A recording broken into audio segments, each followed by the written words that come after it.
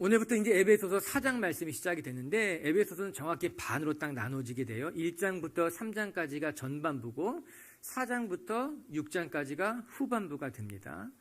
우리 전반부에는 하나님의 자녀가 누구인가, 하나님의 자녀가 어떤 사람들인가에 대해서 이야기하고 있어요. 우리의 정체성에 대한 이야기입니다.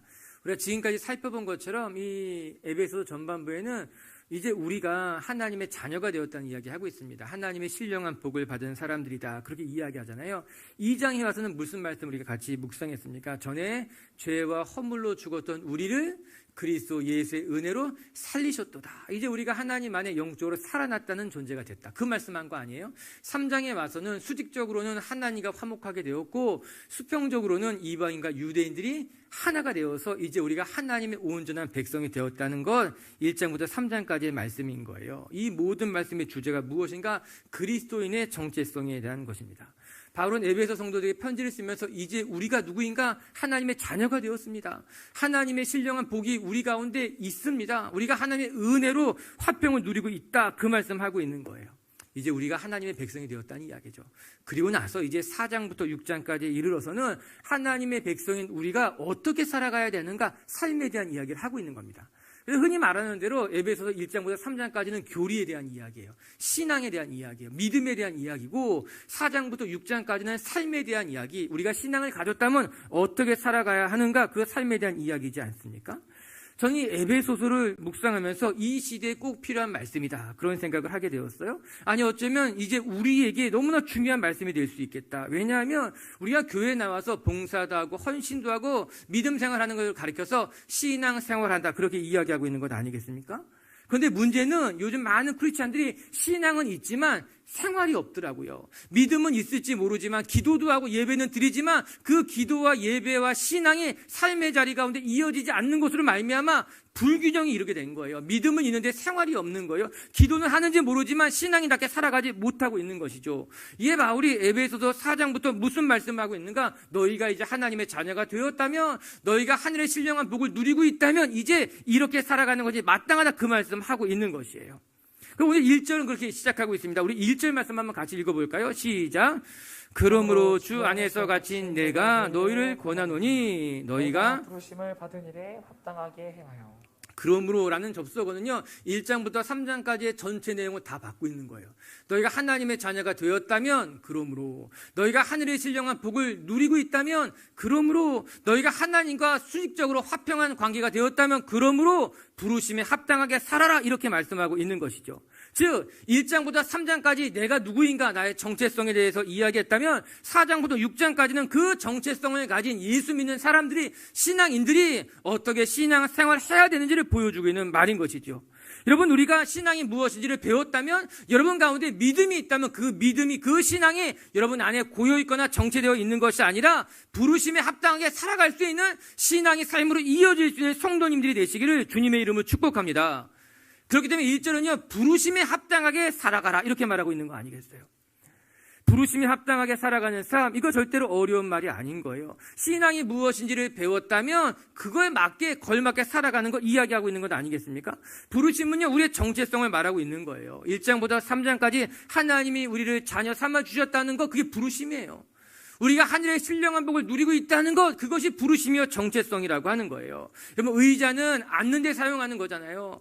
여러분, 안경이라고 하는 것은요, 시력을 교정해서 더 잘 보이게 하는 데 사용하는 것이잖아요. 비행기는요, 하늘을 나르는 데 사용하는 것 아니겠습니까? 그것이 그 물건의 정체성이에요. 그것에 따라서 사용되게 되는 것이죠. 부르심에 합당하게. 여러분, 비행기를 가지고서요, 열심히 고속도로를 달리는 일은 어리석은 일인 거예요. 비행기는 달리는 데 사용되는 것이 아니라 비행기의 정체성, 비행기의 부르심은 하늘을 훨훨 날아다니는 것이 비행기의 부르심, 정체성인 것 아니겠습니까? 이에 바울은 우리에게 권면해주고 있는 거예요. 여러분의 정체성, 여러분의 부르심, 여러분의 하나님의 자녀가 되었다면 그 부르심에 합당하게 하나님의 자녀답게 살아가는 것이 하나님의 우리에게 불러주신 신앙생활이라고 말씀하고 있는 겁니다. 얼마 전에 슬기로운 의사생활이라고 하는 드라마가 큰 히트를 쳤지 않습니까? 병원에서 벌어지는 일들과 의사 선생님들의 삶을 다룬 드라마였어요. 그런데 그 의사 선생님들이 훌륭한 거죠. 정말 따뜻하게, 정말 환자들을 잘 돌보면서 정말 의사다운 삶을 살아가는 모습을 보면서 우리 마음이 감동이 된 거죠. 아, 참 좋은 의사 선생님, 따뜻한 의사 선생님, 정말 저런 분들이 있으니 좋다고. 다 한결같이 그들의 삶이 의사답기 때문에 좋은 거예요. 오늘 말씀으로 생각해 보게 된다면 하나님의 백성들이 하나님의 백성답게 살아가는 것, 오늘 설교의 제목을 슬기로운 성도 생활 이래 해도 틀린 말이 아니겠다. 우리가 하나님의 백성이 되었다면 하나님의 백성답게 살아가는 것이 아름다운 모습이고 귀한 모습이고 그 모습을 깨닫게 되는 것 아니겠어요? 오늘 우리가 다 같이 모여있는 건 여기 신앙이 있기 때문에 모여있는 것입니다. 우리 비치교회 성도 여러분들이 에베소서 1장부터 3장까지 묵상하면서 신앙이 무엇인지 그것만 붙들고 살아가는 것이 아니라, 믿음이 좋다고, 기도하는 것이 좋다고 그것만 붙드는 것이 아니라, 신앙을 가졌으면, 믿음을 가졌으면 그 믿음이 삶으로 이어지고 그 삶의 자리에서 하나님의 열매를 맺어가는 정말 신앙생활, 믿음인의 삶이 여러분의 삶의 자리 가운데 이루어지고 열매 맺기를 주의 이름으로 축복합니다. 자, 그러면 어떻게 살아가는 것이 부르심에 합당한 삶일까? 오늘 바울은 4장부터 6장까지 소세하게 설명해 주고 있는데, 오늘 첫 번째 배울 교훈이 무엇인가? 하나님의 백성이 되었다면은 먼저 하나님의 교회를 하나 되게 만드는 것, 성령이 하나 되게 하신 것을 힘써 지키는 삶이 중요하다는 거예요. 3절 말씀 한번 읽어보겠습니다. 시작. 영혼에 매는 줄로 성령이 하나 되게 하신 것을 힘써 지키라. 성령이 하나 되게 하신 것을 이미 성령님이 우리가 하나 되게 하셨다는 거예요. 그것을 힘써서 지키라, 그렇게 이야기하고 있는 겁니다. 에베소서 4장부터 6장까지 바울이 성도의 삶을 설명하는데 4개의 필드를 나눠서 설명해 주고 있어요. 부르심에 합당하게 살아가는 삶이 무엇인가? 첫 번째는 교회 안에서 어떻게 성도들이 살아가야 되는가? 두 번째는 가정 안에서 성도들이 어떻게 살아가야 하는가? 세 번째는 세상 속에서 성도들이 신앙인답게 살아가는 것이 무엇인가? 네 번째는 영적인 세계 안에서, 그래서 에베소서 6장에는 이 성령의 전신갑주를 입으라라는 말씀이 나오는 거예요.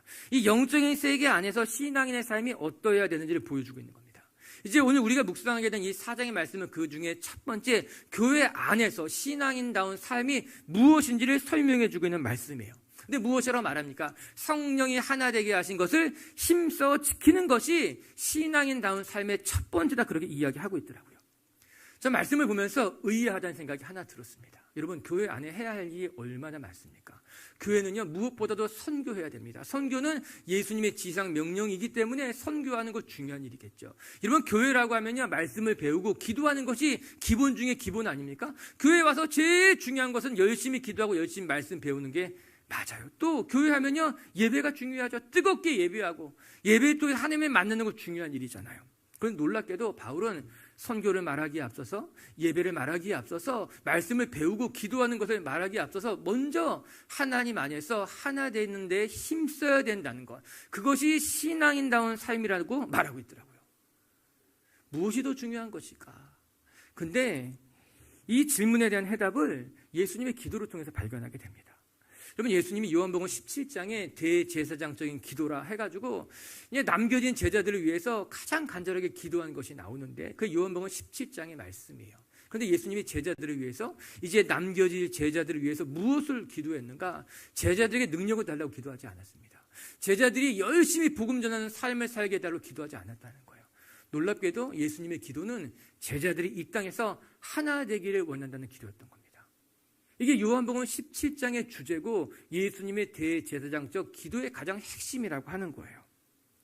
그만큼 예수님께서도 이 제자들이 하나 되는 것이 중요했기 때문에 제자들이 하나 될 것을 기도하고 있는 겁니다.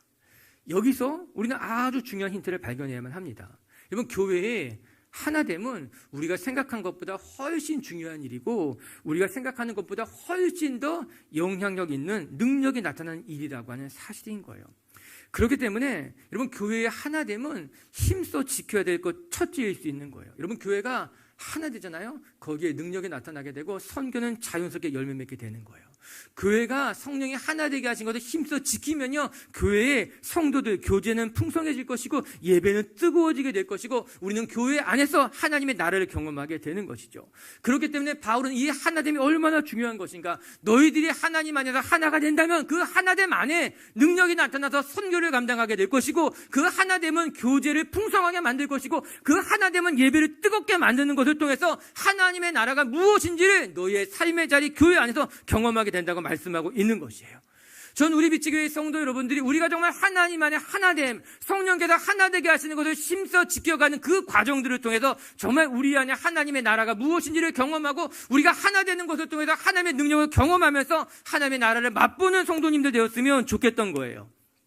오늘 말씀을 살펴보게 되면 그 하나됨이 무엇일까? 그렇다면 그 하나됨의 능력이 무엇일까? 우리가 쉽게 생각하기를요, 이 하나 된다고 하는 것이 1 더하기 1이 2가 되는 것, 여러분, 그것은 물질적인 연합, 어쩌면은 질량적인 하나됨에 불과해요. 그러나 성경이 말하는 하나됨은요, 1 더하기 1이 2가 되는 것, 그거 아닌 거예요.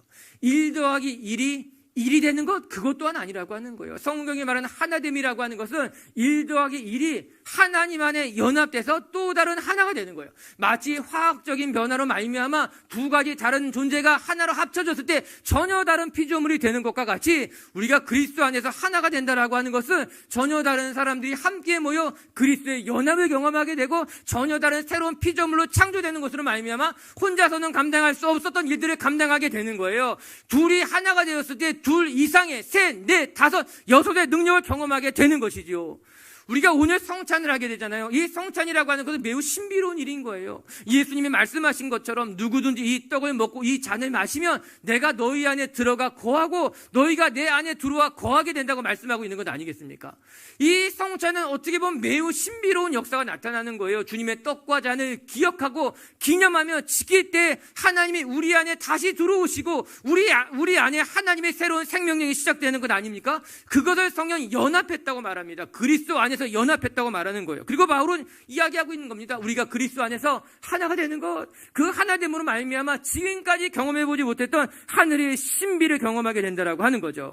사랑하는 빛의 교회 성도 여러분, 우리 빛의 교회 식구들이 분명히 경험하시고 기억할 수 있게 되기를, 이 그리스도 안에서의 연합, 교회가 하나 된다고 하는 것은 하나님의 놀라운 신비고, 그 신비를 통해서 우리는 지금까지 내가 감당할 수 없었던 일들을 감당하게 되며 내가 지금까지 경험해보지 못했던 하나님의 나라를 경험할 수 있게 되길 원하며 하나님이 우리를 통해서 일하는 것을 저는 맛보게 될 줄을 저는 믿습니다.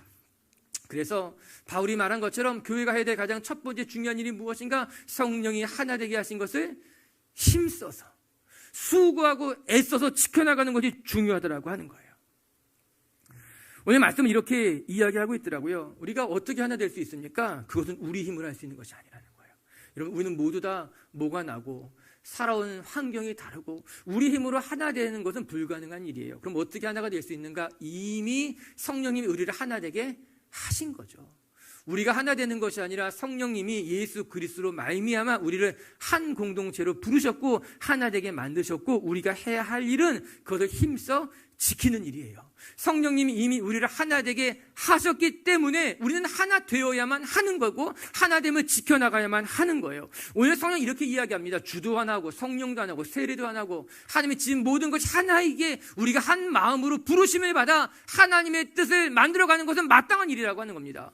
여러분, 4절, 5절, 6절을 한번 같이 읽어보십시다. 오늘 보면 이렇게 이야기하고 있어요. 시작.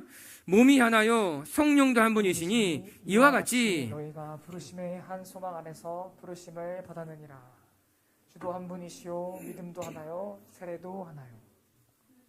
하나님도 한 분이시니 곧 만유의 아버지시라. 만유 위에 계시고 만유를 통일하시고 만유 가운데 계시도다. 오늘 말씀 이렇게 이야기하죠. 몸도 하나고 성령도 하나고 너희가 하나의 부르심으로 소망 안에서 부르심을 받았다는 거예요. 하나님도 하나고 세례도 하나고 모든 것이 하나님의 나라는 하나님이 통일하셨다는 거예요. 여러분, 6절의 말씀에 보면요, 만유를 통일하시고, 이 말이 그리스도로 말미암아 이 모든 피조 세계를 하나 되게 만드셨다라고 하는 겁니다. 이 말씀이 왜 전해졌는가 하면요, 그 당시 사람들 가운데는 분쟁이 있었어요. 우리가 고린도전서를 살펴보면 알 수 있듯이 사람들 중에는 내가 아볼로에게 세례를 받아서 나는 아볼로의 말을 듣겠다. 나는 베드로에게 세례를 받았기 때문에 나는 베드로의 가르침을 따르고, 그 중에 어떤 사람들은 나는 바울에게 가르침을 받고 바울에게 세례를 받았으니 나는 바울의 말을 듣고 그의 가르침만 따르겠다. 이게 교회 가운데 일어난 분쟁이고 분열이고 다툼이었다는 거예요. 이에 바울이 무엇이라고 말합니까? 주도 하나이고 성령도 하나이고 세례도 하나라고 하는 거예요. 세례를 베푼 사람은 다 다를 수 있겠지만 세례는 하나이기 때문에 우리는 같은 마음으로 한 부르심을 받아서 같이 공동체를 만들어가는 것이 마땅하다고 이야기하고 있는 것 아니겠습니까? 이 모든 것은 우리가 하나 되어야 하는 당위성을 정확하게 말씀해 주고 있는 거예요. 나를 가르쳐 준 분이 다르기 때문에, 나는 세례받은 사람이 세례를 베푼 사람이 다르기 때문에, 나는 생각이 다르기 때문에 하나가 될 수 없다고 말하는 그들에게 아니라는 거예요. 하나님이 한 분이신 것 같이, 성령님이 하나인 것과 같이, 세례도 하나이고 믿음도 하나인 것 같이 우리가 한 마음이 되어서 한 부르심으로 살아가는 것이 성경적이고 하나님의 뜻이라고 말씀하고 있는 것 아니겠습니까? 할렐루야. 오늘 우리 미치교회 성도 여러분들이 하나님 안에서 우리가 같은 마음으로 부르심을 받아서, 사람들은 생각하게 됩니다. 내가 교회를 선택했다고. 그렇지 않아요. 내가 교회를 선택했다는 것은요, 성경적이지 않습니다. 하나님이 그리스도의 몸된 교회로 우리를 부르시는 거예요. 우리를 부르시는 것으로 말미암아 하나님의 몸된 지체를 만들어 가시는 것이 성경의 가르침이신 것 아니겠습니까? 저는 우리 미치교회 성도 여러분들이 여러분의 가정 안에서, 여러분의 공동체 안에서, 우리가 속한 교회 안에서 정말 성령이 하나 되게 하신 것을 힘써 지켜가면서 하나님의 은혜를 하나님의 능력을 경험해 가시고 맛보시면서 하나님의 은혜 속에 살아가시는 성도님들 되시기를 주의 이름으로 축복합니다. 그럼 두 번째, 우리가 어떻게 그 하나됨을 계속해서 유지해 갈 수 있을까? 하나님 우리를 하나되게 만드셨는데 어떻게 그 하나됨을 유지해 갈 수 있을까? 오늘 성경 이렇게 말하고 있습니다. 결론적으로 이야기한다면 하나님의 성품이 우리 가운데 열매 맺을 때 우리가 하나 될 수 있다는 거예요. 하나 되는 것을 완성해 갈 수 있다라고 하는 거예요. 2절의 말씀을 읽어볼게요. 2절입니다. 시작. 2절 시작. 모든 겸손과 온유로 하고 오래 참음으로 사랑 가운데서 서로 용납하고. 3절에 성령이 하나 되게 하신 것을 힘써 지키라 라는 말씀을 하기에 바로 앞서서 바울은 4가지를 말하고 있습니다. 겸손과 온유와 오래 참음과 사랑 가운데 서로 용납함, 이 4가지가 우리가 하나 되는데 반드시 필요한 성품, 덕목이라고 하는 거예요. 겸손함을 갖출 때, 온유함이 있을 때, 오래 참고 사랑 가운데 용납할 때에 우리 하나씩 한번 생각해 보면은 바울은 가장 먼저 겸손함을 가져야 된다 이렇게 이야기하고 있습니다. 우리가 하나 되는 데 있어서 겸손함이 필요하다. 여러분, 하나됨의 반대말이 무엇일까요? 아마 그것은 분열, 분쟁, 다툼, 이런 것이 하나됨의 반대말 아니겠습니까? 다툼과 싸움, 분열, 이 모든 것들은 교회를 허물어뜨리는 아주 결정적인 요소라고 말할 수 있을 것이에요. 많은 교회들이 분쟁과 다툼, 분열 때문에 깨어지고 상처를 입고 무너지게 되는 건 아니겠습니까? 이 모든 것들은 다 사단이 매우 기뻐하는 일들인 거예요. 그러면 생각해 봐야 돼요. 왜 교회 안에 분열이 생기고 분쟁이 생기고 다툼이 일어날까요? 그 내면 깊숙한 곳을 들여다보면 그 속에는 교만함이 있는 거예요. 내 말만 맞고 내 생각대로 해야만 하고 내 뜻대로 되어야지만, 이 교만함이 각 마음에 가득하기 때문에 교회 안에는 다툼이 일어나고 분쟁이 일어나게 되고 분열이 일어나게 되는 것이죠. 사단은 이 분열을 통해서 일하는 겁니다. 여러분, 사단은 하나님의 교회를 무너뜨릴 수가 없습니다. 그러나 사람들이 스스로 교만함으로 말미암아 싸우고 분쟁하고 다투는 것 때문에 스스로 무너지게 되는 거예요. 그리고 사단은 그것을 즐거워하는 거죠. 바라보고 관망하며 좋아하는 것이죠. 그러나 겸손이라고 하는 것은 교만하고 반대되는 거예요. 겸손은 자기의 부족함을 인정하는 겁니다. 교만은 나만 옳고 나만 맞고 내 뜻대로 돼야 된다고 말하지만, 겸손한 사람들은요, 자신의 부족함을 인정해서 때로는 양보하고 때로는 고개를 숙이면서, 그래서 겸손한 사람들 곁에는 늘 사람들이 많은 거예요. 이 겸손한 사람들이 공동체를 아름답게 만들어가는 것 아니겠습니까? 여러분, 어떤 교회가 좋은 교회일까요? 어떤 교회가 정말 성숙한 교회일까요? 똑똑한 사람들이 많이 있는 사람들, 교회들? 아니에요. 겸손한 사람들이 많이 있는 교회가 좋은 교회인 거예요. 겸손한 사람들이 있기 때문에 그 교회가 좋고 따뜻하고 아름다워지는 것이죠. 이에 바울은 이 교회가 하나 되는 데서 가장 중요한 덕목이 무엇인가? 먼저 겸손함이 너희 안에 필요하다는 겁니다. 두 번째는 온유하게. 이렇게 말하고 있더라고요. 이 온유함은 겸손한 사람들에게 나타나는 어떤 내적인 모양, 겸손함이 외적으로 드러난다면 온유함은 내적인 충만함일 거예요. 온유하다는 말을 문자적으로 보게 되면 따뜻하고 부드럽다는 말이겠죠. 그가 대하는 말이 따뜻하고 부드러운 거예요. 그의 눈빛이, 그의 행동이 언제나 따뜻하고 부드럽다라고 하는 거예요. 우리는 그들을 가리켜서 참 저 사람 온유한 사람이야. 저 사람 말을 들어봐도, 저 사람이 행동하는 것을 보아도 저 사람 정말 온유한 사람이야. 그렇게 이야기하고 있죠. 여러분, 온유한 사람들은요, 주변 사람들을 편안하게 만들어줍니다. 온유한 사람들과 함께만 있어도 마음이 쉼을 얻는 것만 갖게 되는 거예요. 그거 온유한 사람의 특징인 거예요. 여러분, 예수님께서 이렇게 말씀하셨어요. 마태복음 11장 29절에 보게 되면요, 같이 읽어볼까요? 시작.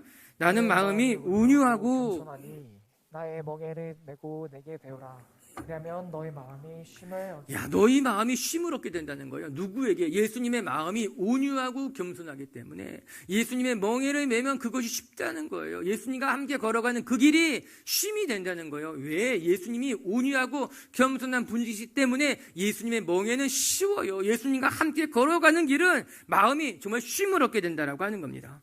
그 말이 맞아요, 여러분. 온유한 사람이 그 공동체 안에 있으면요, 그 공동체가 편안해지는 거예요. 온유한 사람이 그 공동체 안에 있게 되면 그로 말미암아 쉼을 얻게 되는 거예요. 여러분, 그래서 온유한 사람들은요, 피스메이커 같은 사람인 거예요. 여러분, 막 싸움이 일어나고 어떤 사람이 가면은 막 끊임없이 분쟁이 일어나는 경우가 있지만, 어떤 사람이 가면요, 막 다툼이 있고 싸움이 있던 곳도 조용해지고 잠잠해지고 평화로워지는 경우들이 있어요. 왜 그런가 하면은 이 온유한 사람이 쿠션 같은 역할을 하기 때문에 그런 거예요. 저 사람이 가면 그가 있는 곳은 부드러워지고 조용해지고 화평스러워지고 정말 좋아지고, 그거 다 온유한 사람이 가진 능력인 거죠. 그가 유나유와 같은 역할을 감당하기 때문에 그런 것 아니겠어요? 그런 면에 있어서 우리 미치교회 성도들은 겸손하고 온유한 것으로 말미암아 여러분이 있는 곳, 여러분이 있는 자리를 더 부드럽고 더 따뜻하게, 여러분이 있는 곳을 더 평화롭게 만들어갈 수 있는 하나님의 자녀들이 되시기를 주님의 이름으로 축복합니다. 그러나 세 번째는요, 오래 참음에 대해서 이야기합니다. 우리가 하나가 되는 데서 필요한 것이 오래 참음이다. 여러분, 공동체가 하나 되는데 오래 참음은 반드시 필요한 덕목일 것입니다. 사람마다 생각이 같을 수가 없어요. 똑같은 처지 형편에 놓인다고 해도 그를 바라보는 입장이, 생각이 다 다를 수가 있는 것입니다. 그뿐만 아니라 우리가 살아가다 보면은 나의 마음을 아프게 하는 사람도 만나게 되고 나에게 상처 주는 사람들도 만나게 되는 거예요. 머리로는 저 사람이 이해가 되지 않고 정서적으로는 저 사람이 하는 그 모든 것이 내 마음에 상처가 되는 사람들을 만날 수 있는 거죠. 이때 필요한 것이 무엇인가? 오래 참음이라고 하는 거예요. 오래 참음이 아니라 오래 참음이라고 하는 거예요. 그게 중요한 이야기예요. 오래 참을 수 있는 건. 참을 인자 셋이면 살인을 피한다고 이야기하잖아요. 그냥 옛날의 이야기예요. 오래 참는다는 것이 힘든 일이죠. 그러나 오래 참게 되면은 열매가 있다는 거예요. 그 오래 참는 그 참음으로 말미암아 주변의 사람들이 살아나게 된다라고 하는 것이지요. 우리 주변에도 성숙한 사람들은 인내할 줄 아는 사람, 특별히 관계에 있어서 인내할 수 있는 사람, 참을 줄 아는 사람들, 그들이 있는 사람들, 그들이 있는 공동체가 성숙한 공동체가 되어져 가는 거예요. 전 그런 면에 있어서 우리 비치교회 성도들이 훈련하는 거예요. 오래 참는 것을 훈련하는 거죠. 인내하는 법을 관계에 있어서. 이에 바울은 사랑의 본질적인 것이 오래 참음이라고 이야기합니다. 사랑은 언제나 오래 참고, 우리가 누군가를 사랑한다라고 하는 것은 그 사람의 허물을 덮어줄 수 있고 그 사람의 부족한 것을 품고 오래 참아줄 줄 아는 그 모습, 그 덕목이 사랑이라고 하는 거예요. 그리고 네 번째, 사랑 가운데 서로 용납하는 것에 대해서 또 말해주고 있어요. 여러분, 오래 참는다는 것이 그 사람을 이해해 주는 것이라면, 서로 용납해 주는 것은 그 사람의 허물 이해할 수 없어도 용서할 줄 아는 거예요. 여러분, 좋은 관계를 오래 유지하는 데 있어서 가장 중요한 덕목이 무엇일까? 저는 이 네 번째, 사랑 가운데 오래 용납해 주는 것을 꼽을 수 있을 것만 같아요. 왜냐하면 여러분, 관계라고 하는 것이 한두 해 지속되다 보면은 실수하는 법이 생기게 됩니다. 뭐 이런 거죠. 그냥 한두 달 만나는 사람들에게는 우리가 실수하지 않습니다. 그냥 늘 좋은 관계로만 지낼 수 있습니다. 자주 보지 않는 사람들에게는 나의 부족한 모습이 드러나지 않게 됩니다. 그런데 관계를 1년, 2년, 5년, 10년 하다 보면은 내 안에 있는 부족한 모습도 드러나게 되고 내가 누군가에게 실수할 수도 있고 상처 줄 수 있게 된다라고 하는 거예요. 그렇기 때문에 이 관계가 오래 지속되는 사람들에게 반드시 필요한 것이 무엇인가 하면은 서로 용납해주는 마음. 이게 필요한 거예요. 어떤 사람들을 보게 되면요, 관계가 1, 2년밖에 안 가는 사람도 있어요. 아니, 교회를 다녀도 한 2년 열심히 교회 다닌 다음에 또 다른 교회로 옮기는 분들이 있어요. 물론 그것이 무조건 잘못됐다고 말하는 건 아니지만 그의 패턴을 보면 거의 비슷해요. 한 2년 열심히 했다가 관계가 어려워지게 되면 또 다른 데로 옮기고 또 다른 데로 옮기게 되는 것. 그 모든 것 속에 무엇이 필요한가 하면은 공동체 안에서 서로 용납해 주는 것이 필요한 거죠. 이런 부모와 자녀의 관계는 오래 지속되는 관계일 수밖에 없습니다. 부부간의 관계 역시 오래 지속되는 관계일 수밖에 없는 거예요. 오랜 우정을 쌓는 건 역시도. 그런데 부모와 자녀 간에 부족한 것을 서로 용납해 주지 않는다면 그 가정은 지옥과도 같은 삶을 살 수밖에 없습니다. 부부간에도 마찬가지예요. 만약에 내가 오랜 우정의 관계가 없다면 돌아봐야 되는 거예요. 나는 서로 용납해 주는 모습이 있는가라고 말이에요. 오늘 바로는 이야기합니다. 공동체가 하나가 되기 위해서 마지막으로 필요한 것이 무엇인가? 사랑 가운데 그의 허물을 용납해주고 용서해주고 덮어줄 줄 아는 마음이 그 공동체를 하나 되게 만드는 데 있어 너무 중요하다고 하는 거예요. 서로 용납해주는 마음. 전에 있던 교회에서 어떤 분이 와서 상담을 하는데 자기 배우자에 대한 이야기를 하고 있었어요. 너무 힘들다는 거예요. 어쩌면 그럴 수 있는가. 상담을 하니까 이제 공감해 줘야 되잖아요. 그래서 그러냐고, 그랬냐고. 제가 이렇게 이야기를 해줬어요. 근데 얼마 지나지 않아서 둘이 잘 살게 됐어요. 또 이렇게. 잘 살게 된 거예요. 서로 용납한 거죠. 문제는 저만 속 좁은 목사가 된 거죠. 열심히 공감해 주고, 그럴 수 있냐 했다가. 그러면 제가 깨달은 거죠. 부부 상담은 조심해야겠다. 함부로 공감해 줄 것이 아니라 용납해 주라고 얘기해 줘야 되는데, 오래되는 관계는 이 서로 용납함이 없이는 깨어지지만 서로 용납함이 있게 되면 그 관계는 단단해질 수 있는 거예요. 더 깊어질 수 있게 되는 것이죠. 다시 오늘 본문으로 돌아오게 되면 바울은 이야기합니다. 그 공동체가 성령이 하나 되게 하신 것을 힘써 지킬 때 필요한 것이 무엇인가? 서로 사랑 안에 용납해 주는 것. 여러분 자 보세요. 겸손하고 온유하여 오래 참음과 사랑 가운데 용납함이 있을 때에 그 공동체가 하나가 될 수 있다는 겁니다. 그러면 공통점을 발견하게 됩니다. 그 무엇인가 하면 그 모든 것이 다 하나님의 성품이더라고요. 겸손함도 온유도 오래 참음과 용납함도. 우리가 아까 묵상한 것처럼 예수님은 직접 말씀하셨어요. 나는 겸손하고 온유하니. 여러분 갈라디아서 5장 말씀해 보게 되면요, 오래 참음과 용납은 성령의 열매라는 말이 나옵니다. 우리 갈라디아서 5장 말씀 한번 같이 읽어볼까요? 22절 23절 말씀이에요. 갈라디아서 시작. 오직 성령의 열매는 사랑과 희락과 화평과 오래 참음과 자비와 양성과 충성과 온유와 절제하니 이 같은 것을 금지할 법이 없느니라. 그렇습니다. 오늘 성령의 열매에 대해서 분명히 이야기합니다. 오래 참음, 자비, 양성, 온유, 사랑. 이 모든 것들이 성령님이 맺어가시는 성령님의 열매, 성령님의 성품이라고 하는 거예요. 우리가 오늘 공동체 안에서 이 공동체가 하나 되는 데 있어서 가장 중요한 것이 무엇인가 하면은 우리가 엄한 것을 애쓸 것이 아니라 우리 안에 하나님을 닮아가게 되면, 우리 안에 하나님의 성품이 열매 맺게 되면은 비로소 공동체는 하나 되어져 가는 거예요. 성숙해져 가게 되는 것 아니겠습니까?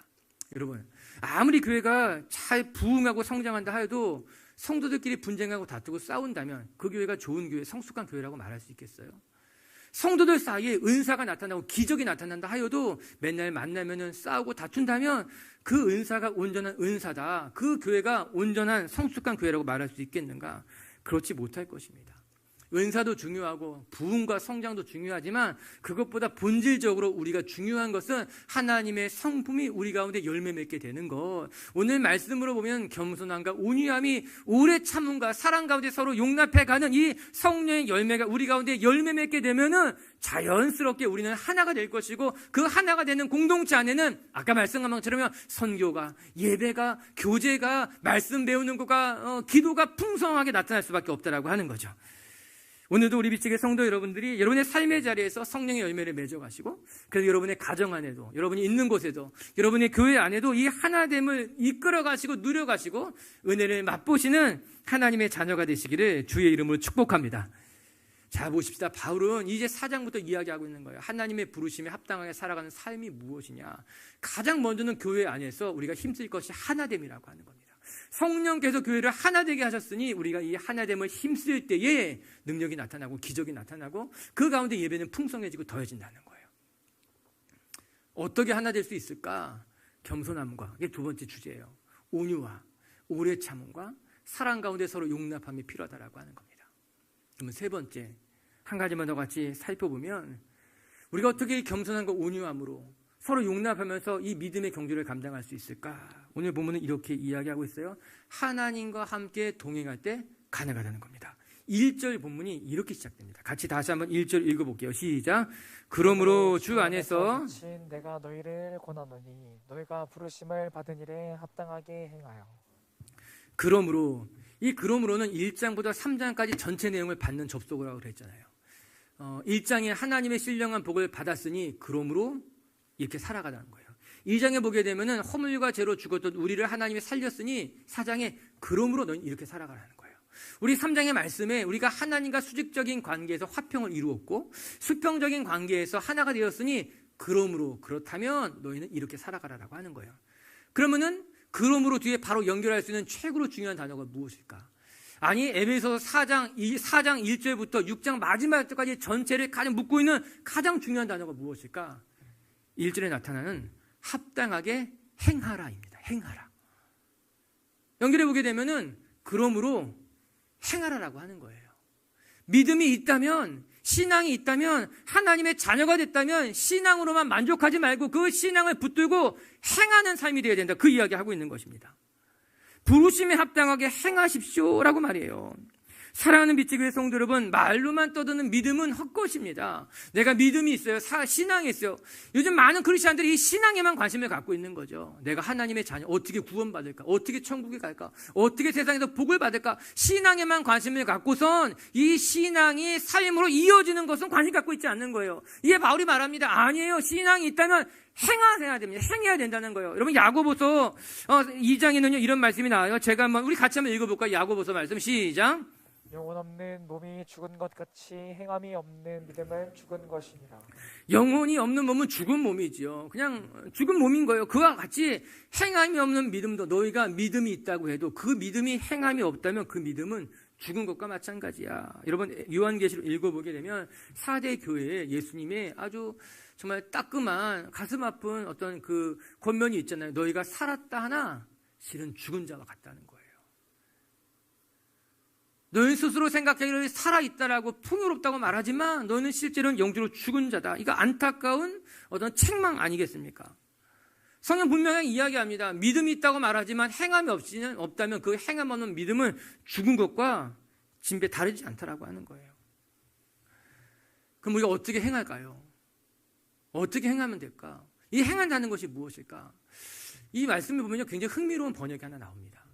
영어 성경 중에 KJV를 살펴보게 되면 이 행한다는 단어를 work라고 번역하고 있어요. 합당하게 행한다, 이 work가 일을 한다의 work가 아니라 걸어간다의 work인 거예요. 이걸 헬라어로 보게 되면은 이게 페리파테오라는 단어인데 이 단어가 언제 쓰였냐면요. 요한복음 5장에 보게 되면은 베데스다 연못에 38년 된 이제 걷지 못했던 환자가 있었어요. 그 환자를 예수님께서 살리실 때 어떻게 말씀하셨는가 하면은 요한복음 5장 8절에 이렇게 나와요. 같이 한번 우리 읽어볼까요? 요한복음 말씀 시작.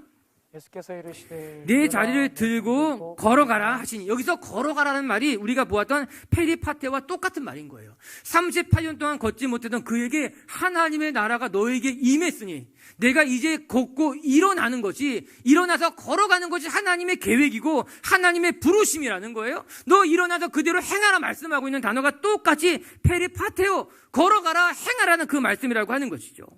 그게 맞는 말인 거예요. 이제 우리가 하나님의 부르심에 맞게 행동한다는 것이 무엇인가 하면은 주저앉아 있는 자리에서 하나님의 뜻을 모른 채 그냥 세상 사람들처럼 살아가는 우리들이 이제 하나님의 부르심에 맞게 그 자리에서 일어나서 하나님의 길로 걸어가는 것이 부르심에 합당하게 행하는 삶이라고 하는 거예요. 내 뜻대로 살아가는 것이 아니라, 그냥 주저앉아 있는 것이 아니라 그 자리에서 일어나서 걸어가는 것, 예수님의 말씀에 순종해서 일어나는 것이 하나님의 부르심에 합당하게 살아가는 하나님의 나라의 완성이 가는 과정이라고 하는 거예요. 사랑하는 빛의 교회 성도 여러분, 오늘도 하나님이 우리에게 말씀하고 계시는 겁니다. 걸어가라. 그 걸어간다는 것은 주님과 함께 행하는 건 아니겠습니까? 다시 말하게 되면은 부르심에 합당하게 행동한다는 것은요, 하나님의 부르심에 맞게 살아가는 것, 더 나아가서 하나님과 함께 걸어가는 삶이 되는 거예요. 동행하게 되는 거죠. 여러분, 우리가 어떻게 하면 부르심에 맞게 살아갈 수 있을까? 어떻게 하면 우리의 삶에 하나님의 뜻이 이루어질까? 너무너무 단순한 거예요. 하나님의 부르심 따라서 하나님과 함께 동행해 가다 보면은 우리의 삶에 하나님의 열매가 맺히게 되고 하나님의 역사가 나타나게 되는 것이죠. 그것이 오늘 에베소 4장 1절의 말씀, 부르심을 받은 일에 합당하게 행하는 삶이라고 하는 거예요. 오늘도 우리 빛의 교회 성도 여러분들이 정말 여러분의 삶의 자리에서 일어나서 하나님과 함께 걸어가시는, 하나님과 함께 동행해 가시는, 그래서 정말 믿음이 삶으로 나타나는 하나님의 자녀들이 되시기를 주님의 이름으로 축복합니다. 말씀을 정돈하십시다. 여러분, 부르심은 정체성에 대한 이야기예요. 부르심에 받은 일에 합당하게 살아가라. 부르심이라고 하는 것은 우리가 하나님의 자녀가 되었다는 것, 우리가 이제 하늘의 신령한 복을 누리는 사람이 되었다는 그 이야기하고 있는 거예요. 그리고 바울은 고백하고 있죠. 우리가 이제 하나님의 자녀가 되었으니 하나님의 자녀답게 살아가는 것이 마땅합니다. 우리가 하늘의 신령한 복을 받았으면 그 신령한 복을 누리며 그 신령한 복을 받은 사람답게 살아가는 것이 옳다라고 하는 거예요. 전 우리 빛의 교회 성도 여러분들도 신앙 중요합니다. 믿음 너무너무 소중한 겁니다. 그러나 신앙, 믿음 이것만 붙들고 살아가는 것이 아니라 정말 믿음이 삶으로 이어지고 신앙이 삶의 자리에서 열매 맺는 하나님의 자녀들이 되시기를 주의 이름으로 축복합니다. 오늘 바울이 우리에게 가르쳐준 이 복음에 합당한 삶의 첫 번째는 성령이 하나 되게 하신 것을 힘써 지키라고 하는 거예요. 겸손과 온유로, 오래 참음과 사랑 가운데 용납하는 것으로 말미암아 우리는 하나 될 수 있을 거예요. 그렇게 우리 빛의 교회 성도 여러분들이 여러분의 삶의 자리에서 가정에서도 하나 되게 하신 것을 힘써 지키고, 여러분 교회에서도 하나 되게 하신 것을 힘써 지키며 하나님의 은혜를 누리시는 성도님들이 되시기를 주의 이름으로 축복합니다.